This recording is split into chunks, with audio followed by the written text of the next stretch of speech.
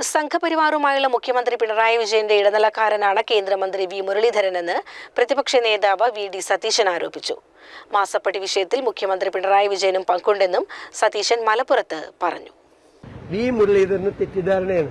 അത് സാധാരണ വല്ല കൊലപാതക കേസും മറ്റ് അഴിമതി കേസും നടക്കുമ്പോഴാണ് സ്റ്റേറ്റ് ഗവൺമെന്റ് ഡിമാൻഡ് ചെയ്യേണ്ടത്.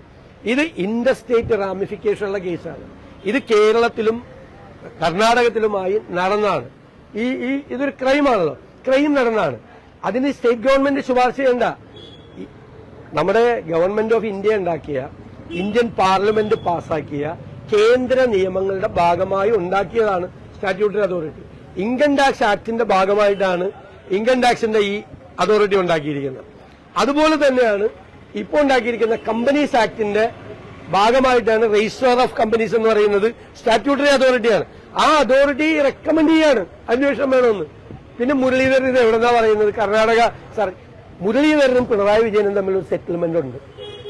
മുരളീധരനാണ് അതിന്റെ ഇടനിലക്കാരൻ. അതിന്റെ ഭാഗമായിട്ടാണ് CBIയും ED അന്വേഷിക്കാതെ വീണ്ടും കോർപ്പറേറ്റ് മന്ത്രാലയം അന്വേഷിക്കുക. മനസ്സിലായില്ലേ?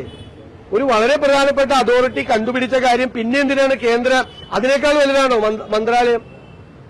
ഇത് സ്റ്റാറ്റ്യൂട്ടറി അതോറിറ്റിയാണ്. ഞാൻ വീണ്ടും ആവർത്തിച്ച് സ്റ്റാറ്റ്യൂട്ടറി അതോറിറ്റി എന്ന് പറയുന്നത് നിയമപരമായി പാർലമെന്റ് അധികാരം കൊടുത്ത അതോറിറ്റിയാണ്.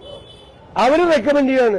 കർണാടക ഗവൺമെന്റിനോ കേരള ഗവൺമെന്റിനോ ഒരു റോളും ഇക്കാര്യത്തിലില്ല. അവർ തന്നെ പറഞ്ഞിരിക്കുകയാണ് അന്വേഷിക്കണമെന്ന്. അപ്പൊ മുരളീധരൻ ഇതിനകത്തൊരു പ്രതിയാണ്. എന്ന് വെച്ചാൽ ഇടനിലക്കാരനാണ്.